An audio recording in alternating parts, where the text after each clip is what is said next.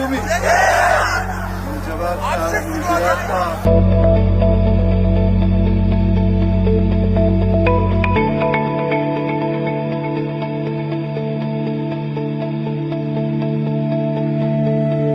አሁን የምንገኘው በምስራቅ ሐረርጌ ቁንዱዶ በሚባለው ተራራ ላይ ነው። ይሄ ተራራ ከፍተኛ ታሪክ ጠገብ ቦታ ነው። በዚህ ቦታ ላይ አዋቂዎች፣ የሀገር ሽማግሌዎች እንደሚናገሩት የአህመድ ግራኝና ድንግል በ15ኛው ክፍለ ዘመን የነበረው ግጭት እዚህ አካባቢ ላይ ሸሽቶ የመጣው ጦር ሙሉ በሙሉ ከመደምሰስና ታሪኩ ከመጥፋቱ በፊት ውስን ፈረሶች እዚህ ተራራ ላይ እንዲወጡ አድርገው ነበር ይባላል። የዚያ ምክንያት እኛ በውጊያው ብንወድቅ ብንቀር ታሪካችን ጠፍቶ አይቅር ከሚል መነሾ እንደሆነ የዚህ አካባቢ ሀገር ሽማግሌዎች እና አዋቂዎች ገልጸውልናል። በዚያ ጊዜ ተዋቸው ፈረሶች ሲሞቱ ሲጎሉ ሲጨምሩ ቆይተው ዛሬ ወደ 48 ገደማ የቤተሰብ የለመዱ የቤት ፈረሶች ሳይሆኑ የዱር ፈረሶች እዚህ ቦታ ላይ ይገኛሉ። ተራራው ትንሽ ከፍታ ያለው ቦታ፣ መጠነኛ ቅዝቃዜ ያለው ቦታ ነው። የፈረሶቹን ቅርጽ ያየን እንደሆነ በተለምዶ ከምናውቃቸው ፈረሶች በተለየ ሁኔታ አንገታቸው ረዘም ያለ ነው እና እነዚህን የዱር ፈረሶች እና በዚህ ተራራ ያለውን ሃይኪንግ ሰዎች እየመጡ እንደሚያዩ ሰምተናል። ከዚያም በተጨማሪ ልክ እንደ ባሌ ሁሉ 3-4 ቦታ በጣም ረጃጅም ኬቮች እዚህም አካባቢ አሉ። እንደገለጹልኝ ከሆነ በርዝመታቸው ባሌ ካለው የሚበልጥ ነው የሚል ሰምቻለሁ። በአይኔ አላየውም። እነዚያን ኬቮች፣ የሃይኪንግ ቦታዎች፣ እነዚህን የዱር ፈረሶች እንደምታዩት ይሄ ተራራ ቁንዱዶ ብቻ ሳይሆን አንዳንዶች ደብሊው ማውንቴን ይሉታል በቅርጹ የተነሳ ተራራው በራሱ በጣም ከፍተኛ ውበት ያለው ለእይታ የሚማርክ ቦታ ነው የምናየው። ፈረሶቹም ያየን እንደሆነ ትናንሾችም ስላሉ ትውልድ የሚቀጥል ይመስላል። እዚያ ማዶ የምናያቸው የተወሰኑ ፈረሶች አሉ፣ እዚህ ጋርም እንደዚሁ አሉ። እነዚህ ፈረሶች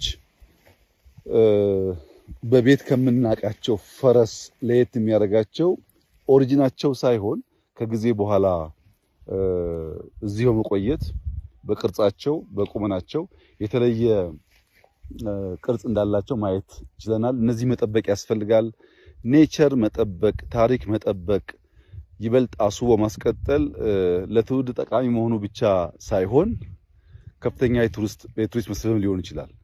እንግዲህ አስቡት የዛሬ 500 ዓመት ከባቢ የነበረ ግጭት ውስጥ እንደ ቅሪት የቀሩ ፈረሶች ዛሬ እነሱን ተንተርሶ ታሪክ እንዲወሳ ያኔ በውጊያ የተሳተፉ ሰዎች እንዳይዘነጉ ማድረግ መቻላቸው በቀላል የሚታይ ጉዳይ አይደለም። ታሪክ ባስቀመጥነው ልክ ባስቀመጥነው ቦታ እንዳለ ሳይሸረሸር የማይቀመጥ ቢሆንም ብርቱ ትውልድ፣ አዋቂ ትውልድ፣ አስተዋይ ትውልድ ሲኖር ግን በዚህ መንገድ ከልጅ ልጅ የተሸጋገረ ሊቀጥል ይችላል እና ከዚህ ቀደም በተለያየ መንገድ ሰምተን ሊሆን ይችላል። አሁን ግን በሚዲያ ሲቀር እኛ መተን ስናይ ብዙሃን የማየት ፍላጎታቸው ሲነሳሳ ከታሪክነት ባለፈ የሚጎበኝ ቦታ ሀብት የሚመጣበት ቦታም የመሆን እድሉ ሰፊ ነው። በቅርቡ ኬቮችን እናያቸዋለን። እነዛን ኬቮችና እነዚህን አካባቢ ሃይኪንጉን ጨምሮ ከፍተኛ የቱሪስት መስህብ እንደሚሆን ይጠበቃል። የምስራቅ ሐረርጌ ሰው በጣም ብርቱ ሰራተኛ፣ ስራ የሚወድ፣ ታሪክ የሚወድ፣ እምነቱን የሚያከብር፣ አካባቢን የሚጠብቅ ህዝብ ነው። እዚህ ብቻ ሳይሆን ከዚህም ወጥተው ወደ ሌላ አካባቢ ሰፍሮ ሐረርጌዎች በስራ ይታወቃሉ።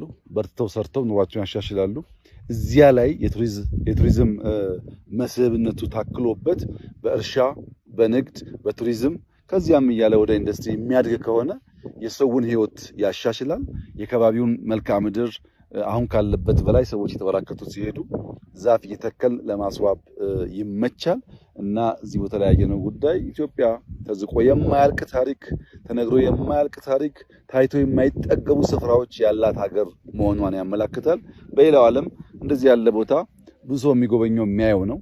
በእኛ ሀገር እንዲህ እንደ መንግስት ከተሰጠው ዝቅተኛ ትኩረት የተነሳ እንደዚህ አይነት ቦታ ብዙ ባይታይም ለወደፊቱ ግን እነዚህን አቅም በፈቀደ መጠን እያለሙ ተጨማሪ ገቢ ማስገኛና ታሪክ ማስቀጠያ ቦታ መሆን እንዳለባቸው ይሰማኛል። ባየው ነገር በጣም ደስ ብሎናል። እዚህ ቦታ መጥቶ የሚያይ ሰው በሚያየው ነገር እንደሚደሰት ተስፋ አደርጋለሁ። እጅግ አድርጌ አመሰግናለሁ።